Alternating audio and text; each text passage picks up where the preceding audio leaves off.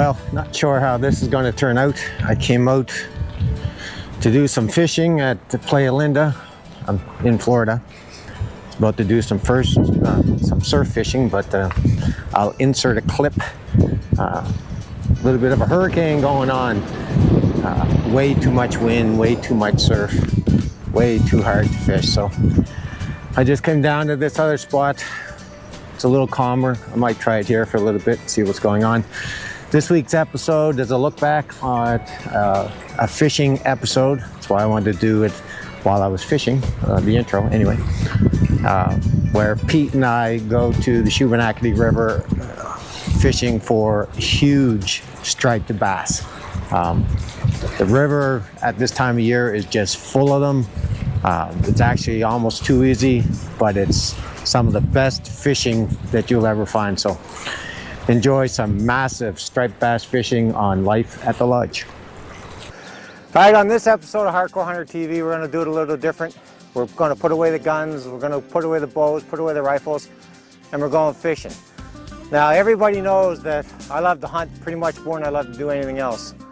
And I like fishing, but if you're going to tell me I'm going to come out and catch trout and bass about 12, 14 inches all day long, I'm going to find an excuse to go hunt something. But if you can take me out and catch fish like this all day long, well, buddy, I'm on the river till dark. So here we go.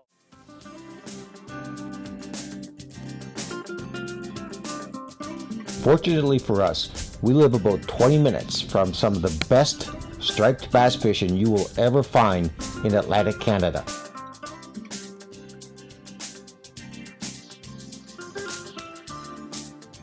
Both the Stewiacke and the Shubenacadie River are actually part of a tidal river system and has one of the highest tides anywhere in North America.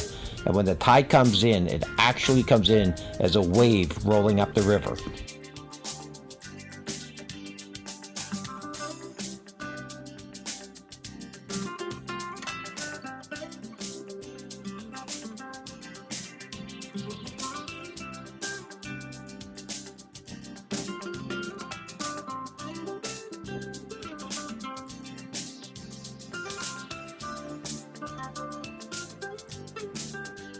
And with that wave comes thousands of striped bass moving up the river.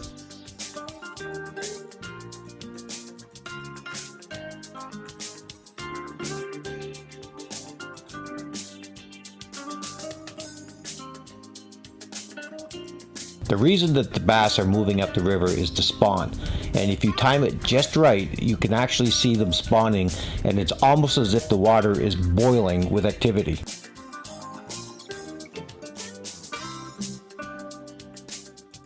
In addition to striped bass, there's also millions of gaspereau in the river that fishermen catch and sell both to the local markets and lobster fishermen for their bait.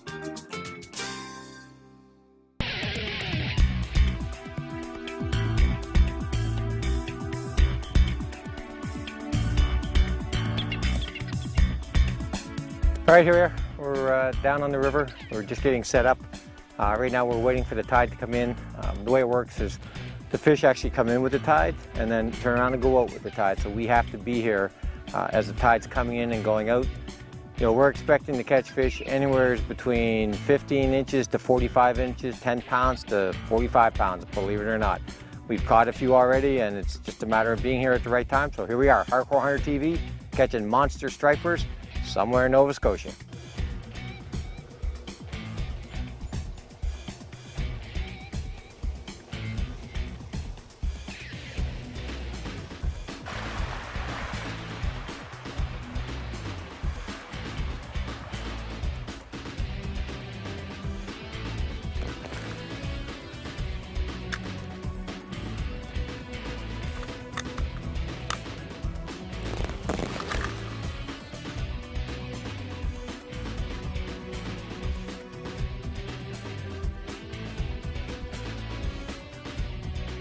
All right, we got to stop fishing for a second. We got Mama and the pedestrians going by, Mama, Papa, and the 4 babies. Hopefully we're going to see them sometime in November up in Pugwash in Wallace while we're doing our goose hunting time. But for today, it's just nice to see them swimming up the river. This is probably fish number 8 or 9 that's hit the hook. He's running halfway down the river. There's nothing I can do but just try to hang on to him and see if we can get him in. But they're in the river by the thousands. You just can't turn them. They're so strong, you just can't turn them. Plus the current's going that way, so I don't want to horse them. I've had 8 on so far and we've lost every one, so this one I'm just going to let him go and hope that I don't run out of line.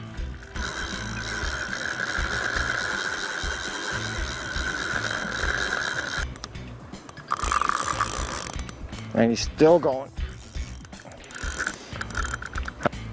If I set the drag too tight, I risk pulling him out. When he runs, he runs.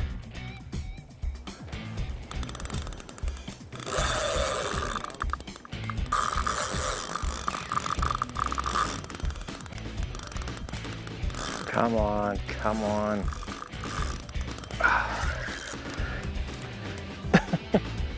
My hand is actually tired. I need one of those fish belts. Pan down to that bridge trestle. We had one that went from where I'm standing all the way to that concrete block, wrapped around the concrete block and busted the line. And there was nothing I could do about it. I couldn't stop him. You see that? There's a torpedo out in front of me.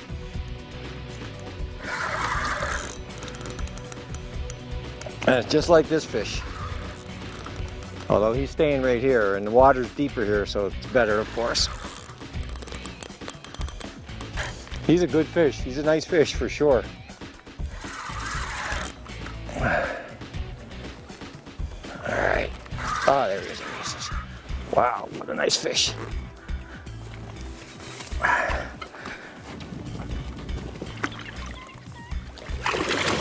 Oh my God. I take back what I said about him being not as big as the last one. Holy, you know what? Man.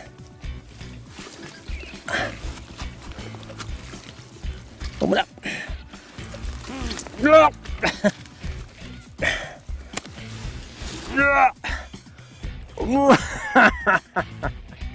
That is a fish. And that's what we get on Hardcore Hunter TV, boys. Oh, all right, let's get him weighed up. We're gonna measure him. He's gotta be at least 30 some inches long, and then we gotta get him back in the river. 18 pounds, 32 inches, time to go back in the river.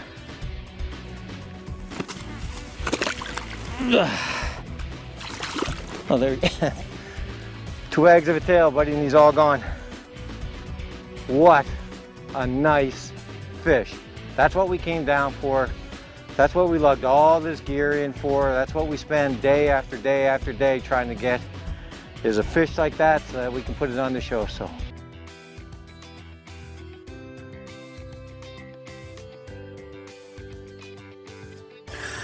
Here's one, bud.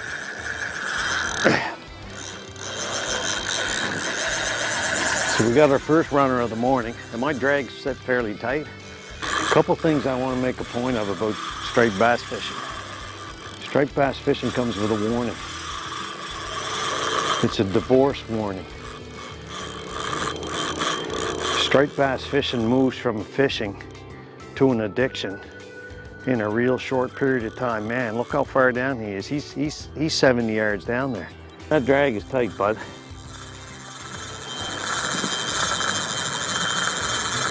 Okay, I got him turned. I think what happened is he got tangled in a piece of driftwood. He's right, I mean, I got him right here. Whoa, the old alligator.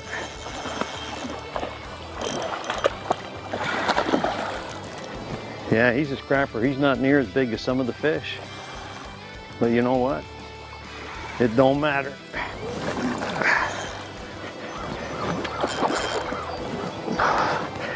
What I'm trying not to do is end up in there myself. Come on, you. That's one of the smaller ones in the river.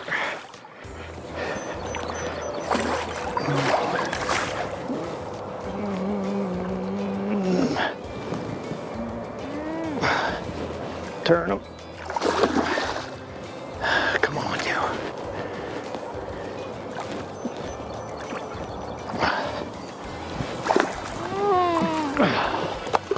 Whoa. Get him in that net. He's not a big one, but we'll take him. Still a nice sized striper, and the river is just polluted with them non-stop. And he hammered that. Not a bad fish, not a big fish. I'd say about 29 inches. Probably in about the 8-pound range. I gotta throw him in back and go see if we can get some more.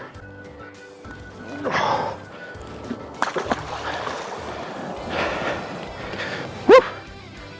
Man, did he ever smash that. This is about as nice a morning as a guy's ever gonna get to fish. There's not a single bug.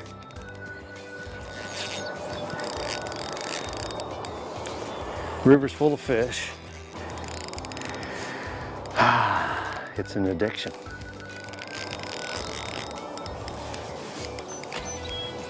Steve and I have just been pounding these things for weeks now. Man, just when you think I got them, you don't got them.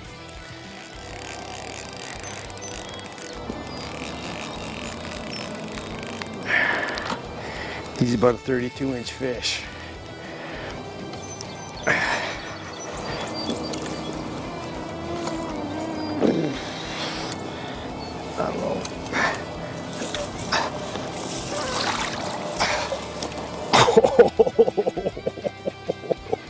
He ain't small, but he's bigger than I thought he was.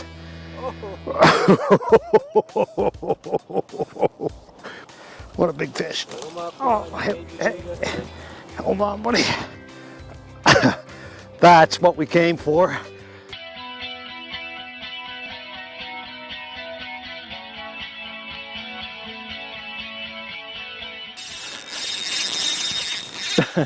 Here we go again. I got another monster on and I can't do it. Oh, no. No, he's still there, still there, still there, still there. Oh, yeah, he's still there. But I'm going to be out of line here soon.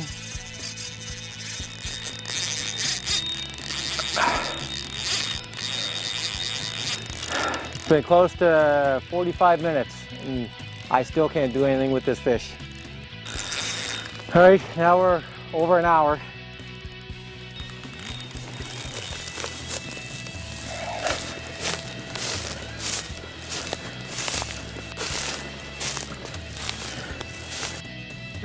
Oh my God. Oh, God. Oh. Hardcore hunter, baby, getting it done in Shubenacadie. Unfreaking believable. All right, Pete and I have been coming down here for a month, every day, getting up at 5 in the morning, lugging all our camera gear, and we've caught a bunch of fish, but this one, he takes the cake. 38 inches, over 25 pounds, just a monster bass, striped bass, and there's tons of them out there, so we got to get him back in the water. I hate to do that because he looks some good on my wall at my camp, but we can't keep him, so he's going to go back in and hardcore hunter catching monster striped bass. All right, time to go back in the river. It's been fun. Not really. Oh. Gone like a shot. Like I said at the beginning of this show, I'd rather go hunting than pretty much do anything else. But catching fish like we have over the last month comes in a real close second. And I've got to say a big thank you to my good friend Pete McIsaac, because if it wasn't for his obsession with striped bass fishing, we would not have caught the fish that we have, and we would not have the show that we were able to put together.